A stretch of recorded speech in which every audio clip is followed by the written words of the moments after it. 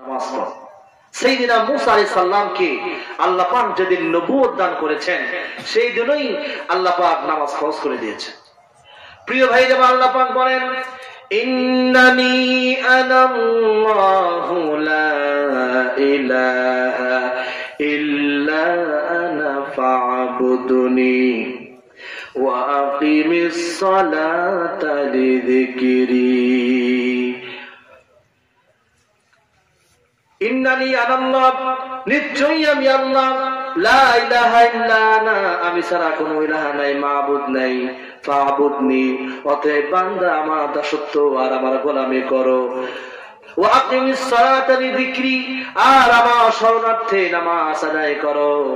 প্রিয় ভাইরা আমার, এই নামাজ ছিল 50 ওয়াক্ত, আল্লাহ কমাইতে কমাইতে 5 ওয়াক্ত দিলেন। আল্লাহ পাক বললেন, নবী আপনার উম্মত যদি 5 ওয়াক্ত নামাজ ঠিক মতো আদায় করে, আল্লাহ পাক বলেন আমি সেই বান্দাকে 50 ওয়াক্ত নামাজের সওয়াব বান্দার আমলনামায় দিয়ে দিব। তাহলে যে ব্যক্তি 5 ওয়াক্ত নামাজ আদায় করলো সে গেইট করলো কত ওয়াক্ত? 50 ওয়াক্ত। আপনারা দেখবেন অনেক ট্রাকের পিছনে লেখা থাকে বিপদ মুক্ত দূরত্ব বজায় রেখে চলুন, থাকে কিনা? থাকে না? তার মানে কি 100 গজ দূরে থাকুন, যে কোনো সময় বাস্ট হয়ে যেতে পারে, সমস্যা আছে। এই শয়তানও বেনামাজি থেকে বিপদ মুক্ত দূরত্ব বজায় রেখে চলে। অনেকে বলে, ভাই কে ভাই তুমি নামাজ পড়ো না কেন? ভাই আমার ধরছে শয়তান। এটা মিথ্যা কথা, সে তো নিজেই শয়তান, বুঝলেন নাই? নামাজি ব্যক্তির সঙ্গে শয়তান থাকে, বেনামাজির সঙ্গে শয়তান থাকে না। শয়তান ভয় পায় কখন যেন আল্লাহ গজব নাযিল হয়। আমি আল্লাহর একটা হুকুম অমান্য করে শয়তান হয়েছি, আর 5 ওয়াক্ত নামাজ আল্লাহ 17টা ফরজ লঙ্ঘন করতেছে, না জানি কখন যেন আল্লাহ গজব করে, একা থাকা যাবে না। শয়তান এই বেনামাজি থেকে বিপদ মুক্ত দূরত্ব বজায় রেখে চলে, বুঝতে পেরেছেন? প্রিয় ভাইরা আমার, যদি আমরা আল্লাহকে বলি আল্লাহ, যারা নামাজ পড়ে না এরা কাদের সঙ্গে থাকলে নামাজি হতে পারবে? আল্লাহ পাক বলেন, ইয়া আইয়ুহাল্লাযীনা আমানুত্তাকুল্লাহা ওয়া কুনু মা'আস সাদিকিন। সাদিক যারা, সত্যবাদী যারা, ঈমানদারদের সঙ্গে থাকলে এটা নামাজি হতে পারে। সুবহানাল্লাহ। আর আল্লাহ পাক বলেন, বান্দা আর তাগুত যারা, কাফের সম্প্রদায় যারা, এদের সঙ্গে থেকো না, কারণ কাফের সম্প্রদায় সবসময় চায় লোকদেরকে কেমনে আলো সঠিক রাস্তা থেকে কেমনে লোকদেরকে পথভ্রষ্ট করা যায়, ঠিক কিনা? এই চিন্তায় ভাবনায় সবসময় এই শয়তানি একটা দল অল টাইম থাকবে কিয়ামত পর্যন্ত। প্রিয় ভাইরা আমার, আজকে শুনেন, আমাদের তাকান, আজকে আমরা বিভিন্ন মত নিয়ে পড়ে আছি, ঠিক না? বিভিন্ন দল মত নিয়ে পড়ে আছে। কিসের দল মত রে ভাই? আল্লাহ রাসূল সাল্লাল্লাহু আলাইহি ওয়াসাল্লাম বলেন, ও আমার সাহাবীরা শোনো, তারাকতু ফীকুম আমরাইন লান তাদিল্লু মা তামাসসাকতুম বিহিমা, কিতাবাল্লাহ ওয়া সুন্নাত রাসূলি। ও আমার সাহাবীরা শোনো, আমি তোমাদের থেকে চলে যাব, কিন্তু তোমাদের দুঃখ বা আফসোসের কিছু নাই। ও আমার সাহাবীরা শোনো, কিতাবাল্লাহ ওয়া সুন্নাত রাসূলি, আমি তোমাদের মাঝে দুটো বস্তু রেখে যাচ্ছি, একটা হলো কোরআন আর একটা হলো আমার সুন্নাত, আমার হাদিস। যদি এই দুইটা কিতাবকে, যদি কোনো গোত্র, যদি কোনো মানুষ যদি এই দুইটা কিতাবকে মেনে চলতে পারে, বিশ্বনবী বলেন, লান তাদিল্লু মা তামাসসাকতুম বিহিমা, পৃথিবীর কোন তাগুত শক্তি তাদেরকে পথভ্রষ্ট করতে পারবে না। আমরা তো এই কোরআন থেকে দূরে। অনেকের বাদ এই কোরআন শরীফ আছে, ময়লা পড়তে পড়তে পড়তে পড়তে একা পড়েই না কোরআন শরীফ, ঠিক কিনা? কোরআন শরীফ পড়ে। এই কোরআন থেকে আমরা গাফিল হয়ে আছি।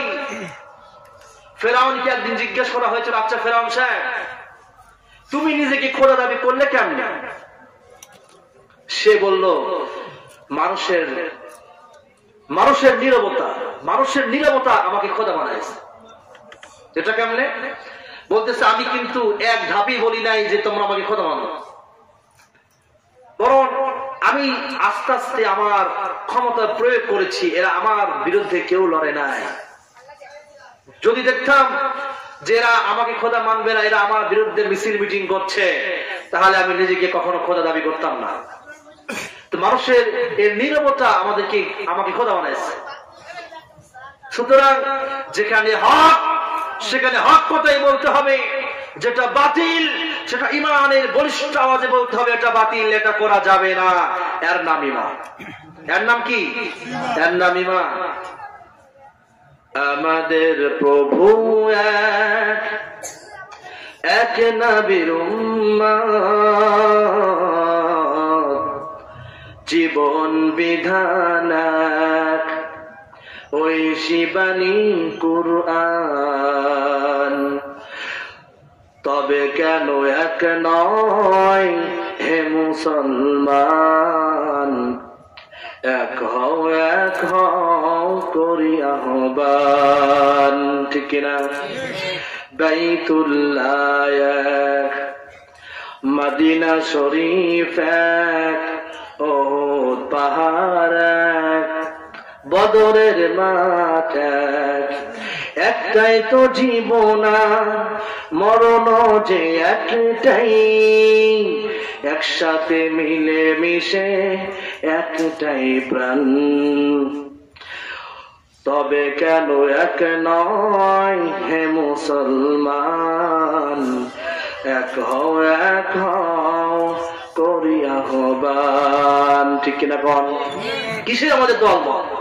আমরা সবাই তো মুসলমান। আমরা সবাই কি, যখন নবীর উপরে নবীর সম্মান নিয়ে কোন নাস্তিক কথা বলবে, আমরা কে কোন দল করি এটা দেখার বিষয় না। আমাদের একটাই বিষয় থাকবে, আমরা মুসলমান, কালেমাওয়ালা, কালেমার পতাকাওয়ালা। আমাদের সবাই একজোটে রাজপথে নেমে আন্দোলন করতে হবে আর বলতে হবে, যে পর্যন্ত নাস্তিকদেরকে মুসলমানদের দেশ বাংলার এই সোনার বাংলা থেকে উৎখাত করা হবে, বাংলার রাজপথ ছেড়ে দেওয়া হবে না। এটাই ভাবে আন্দোলন করলে নাস্তিকদের বিচার হবে ইনশাআল্লাহ। আরে মিয়া, আমার দেশে আলেমদের বিচার হয়, আমার দেশে যারা কোরআন প্রেমিক এদের বিচার হয়, আর নাস্তিকদের বিচার হবে না কেন? মুসলমানদের দেশ, আমাদের দেশের সরকার মুসলমান, আমাদের কিসের ভয়? ঠিক কিনা কর? আমাদের দেশের সরকার মুসলমান, আমাদের কিসের ভয়? আমাদের চালিয়ে যেতে হবে সামনে। নবীর প্রতি আঘাত করলে, আমার নবী আওয়ামী লীগের নবী, আমার নবী বিএনপির নবী, আমার নবী জাতীয় পার্টি জাসক বাসক জামাত ইসলামের নবী, নাকি শুধু একজনের নবী? সবার নবী। একটা পিতার যদি 5টা সন্তান থাকে, মনে করেন 5 সন্তান, কারোর মধ্যে কারো কোনো মিল নাই, তো বাপের উপর যদি কেউ আঘাত করে, 5 সন্তান কি তাদের দল মতলে বসে থাকবে? একত্রিত সমস্যরে যায়, তারা আক্রমণ করে বাপের সত্যকে ঘায়েল করবে। সুতরাং যখন নবীর সম্মান নিয়ে কেউ কথা বলবে, তখন আমাদের দল মত দেখে লাভ নাই। দল মত যা যা ব্যক্তিগত শেষে করুক, কিন্তু আমাদের একটাই পরিচয়, আমরা মুসলমান। কি ঠিক কিনা? আমাদের একটাই পরিচয় কি? আমরা মুসলমান। প্রিয় ভাই আমার, সময় অনেক হয়ে গিয়েছে, আর রাত করা যাবে না। প্রিয় ভাই আমার, মুহাম্মদ রাসূলুল্লাহ সাল্লাল্লাহু আলাইহি ওয়াসাল্লাম সাহাবীদেরকে নিয়ে জিহাদের ময়দান থেকে তিনি বাড়ি ফিরে আসতেছেন। এই প্রতিমধ্যে রাস্তার মধ্যে অনেক রাত হয়ে গেল। সাহাবীরা সবাই বিশ্বনবী সহ তাবু গাড়লেন। তাবু গেড়ে সবাই সেখানে অবস্থান করছে। মুহাম্মদ রাসূলুল্লাহ সাল্লাল্লাহু আলাইহি ওয়াসাল্লাম, আল্লাহর নবী 2 জন সাহাবীকে বললেন, ও আমার সাহাবীরা, তোমরা পাহারা দাও। সবাই ঘুমিয়ে পড়ল। 2 জন সাহাবী পাহারা দেওয়ার জন্য তারা প্রস্তুত হয়ে গেল। এই 2 জন সাহাবী পাহারা দিচ্ছেন। একজন সাহাবী বললেন, ভাই রে, আমরা খামাখা 2 জন জাগ্রত না থেকে একজন ঘুমিয়ে যাই, আর একজন পাহারা দেওয়া হোক, আর একজন পাহারা দেই, আর আমরা দুইজন আমরা একজন ঘুমিয়ে যাই। যদি কোনো বিপদ হয়, যদি কোনো মুসিবত হয়, তুমি আমাকে জাগ্রত করে দিবে। প্রিয় ভাইরা আমার, একজন ঘুমিয়ে গেল, আরেকজন সাহাবী তিনি ভাবলেন অযথা দাঁড়িয়ে না থেকে সময়টা নামাজের মধ্যে কাটিয়ে দেই। সমস্ত সাহাবীরা ঘুমিয়ে গেল, সাথী বন্ধুটাও ঘুমিয়ে গেল। ওই সাহাবীটা নামাজে দাঁড়ায় গেছে। অনেক দূর থেকে শত্রু গাছ না মানুষ পরীক্ষা করার জন্য তীর নিক্ষেপ করলো। তীরটা সাহাবীর ডান বাজুর মধ্যে তীরটা ঢুকে গেল। সাহাবী নামাজ ছাড়লেন না। ওই কাফেরটা আবার তীর নিক্ষেপ করল। সাহাবীর বাম বাজুর মধ্যে, বাম বাহুর মধ্যে তীরটা ঢুকে গেল। সাহাবী অতি তাড়াতাড়ি নামাজটা শেষ করে দিলেন। পাশের ভাইকে ডেকে বললেন, ভাই দেখো, কাফের আমাকে তীর মেরেছে। সেই ঘুমন্ত ভাই জাগ্রত হয়ে বলছে, ভাই রে, যখন তোমাকে প্রথমবার তীর মারলো তুমি কেন আমাকে ডাকলে না? সাহাবী বলছেন, ভাই রে, আমি নামাজে ছিলাম, নামাজের মধ্যে এতটা আমি মজা পাচ্ছিলাম, যখন আমাকে তীর মারলো, আমার যখন ডান বাহুতে তীরটা লেগে গেল, আমি কিছুই মনে করলাম না। আবার যখন আমার বাম বাহুতে যখন তীর মারলো, যখন বাম বাহুতে তীরটা লেগে গেল, আমি কিছুই মনে করলাম না। কিন্তু আমার মনের মধ্যে একটা চিন্তা জাগলো, যদি এই তীরটা আমার বুকে যদি আমার তীর নিক্ষেপ করে, আর সেই তীরটা যদি আমার বুকের মধ্যে লেগে যায়, আর আমি যদি মারা যাই, বিশ্ব নবী কষ্ট পাবেন, আল্লাহ নবী কষ্ট পাবেন। এই ধারণা যদি আমার মনের মধ্যে না জাগতো, ভাইরে, জীবন চলে যাইতো, আমি নামাজ ছাড়তাম না। নামাজ বিশ্ব নবী মুহাম্মদ রাসূলুল্লাহ সাল্লাল্লাহু আলাইহি ওয়াসাল্লাম মৃত্যুর প্রাক্কালে, মৃত্যুর সময় যখন আল্লাহ রাসূলের মৃত্যুর সময় যখন ঘনিয়ে আসলো, মুহাম্মদ রাসূলুল্লাহ সাল্লাল্লাহু আলাইহি ওয়াসাল্লাম দুইজন সাহাবী কাঁধের উপরে ভর করে মসজিদে নববীতে আসলেন। মসজিদে আসার পরে সমস্ত সাহাবী লক্ষ্য করে বলছেন, আমার সাহাবীরা, আজ থেকে মসজিদে নববীর চতুর্দিকে সবা দরওয়াজা বন্ধ হয়ে যাবে, শুধু আবু বকরের দরওয়াজাটা খোলা থাকবে। কোন সাহাবী কিছুই বুঝলেন না। সাহাবী সিদ্দিক আকবর রাদিয়াল্লাহু তাআলা আনহু কাঁদতে কাঁদতে অস্থির হয়ে পড়ছেন। সমস্ত সাহাবীরা বললেন, ভাই আবু বকর, হুজুর কাঁদার কথা কি বললেন, আপনি কাঁদেন কেন? সাহাবী আবু বকর বলছেন, ভাই রে, আল্লাহ রাসূল বললেন, আজ থেকে এই মসজিদে নববীর চতুর্দিকে সবা দরওয়াজা বন্ধ হয়ে যাবে, শুধু আমার দরওয়াজাটা নাকি খোলা থাকবে। আল্লাহ নবী এটাও বলেছেন, আল্লাহ পাক রব্বুল আলামিন তার এক বান্দাকে পৃথিবীর জাগতিক সমস্ত সম্পদ দিতে চেয়েছিলেন, কিন্তু তার সেই বান্দা পৃথিবীর সমস্ত জাগতিক সম্পদকে উপেক্ষা করে তার মাবুদের সঙ্গে সাক্ষাৎ করাকে বেশি পছন্দনীয় মনে করেছেন। ও নবীর সাহাবীরা, আল্লাহ পাক রব্বুল আলামিন তো তার নবীকেই, তার হাবিবকেই তো পৃথিবী জাগতিক সমস্ত সম্পদ দিতে চেয়েছিলেন। তার মানে হলো বিশ্ব নবী দুনিয়া ছেড়ে চলে যাবেন, আমরা নবী থেকে এতিম হয়ে যাব। আজ কোন সাহাবী মসজিদ থেকে বের হয় না, সমস্ত সাহাবীরা মসজিদের মধ্যে কাঁদে। বিশ্ব নবী মুহাম্মদ রাসূলুল্লাহ সাল্লাল্লাহু আলাইহি ওয়াসাল্লাম ঘরের মধ্যে, রাত গভীর হয়ে গেল।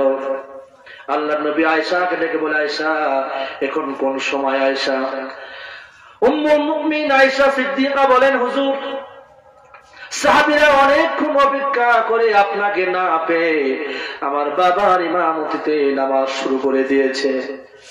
ইয়া রাসূলুল্লাহ, হাবিবাল্লাহ, কিন্তু আজকে সাহাবীদের নামাজের মধ্যে সাহাবীরা কাঁদতে কাঁদতে অস্থির হয়ে পড়ছে। সমস্ত সাহাবীদের মনে ধারণা হয়ে গিয়েছে, বিশ্বনবী যায় নামাজে আজ পর্যন্ত কেউ দাঁড়াতে পারে নাই। নবীর সাহাবী সিদ্দিক আকবর যখন বিশ্ব নবীর জায়নামাজে দাঁড়িয়েছে, তার মানে হলো হুজুরের পিছনে নামাজ পড়া থেকে আমরা মাহরুম হয়ে গেলাম। আল্লাহ নবী মুহাম্মদ রাসূলুল্লাহ সাল্লাল্লাহু আলাইহি সাল্লাম আয়েশাকে ডাক দেবেন, আয়েশা রে, মসজিদের দিকে দরজাটা একটু খুলে দাও, নামাজের দৃশ্যটা একটু দেখতে চাই। উম্মুল মুমিনিন আয়েশা সিদ্দিকা বলেন, আমি মসজিদের দিকে দরজাটা একটু খুলে দিলাম।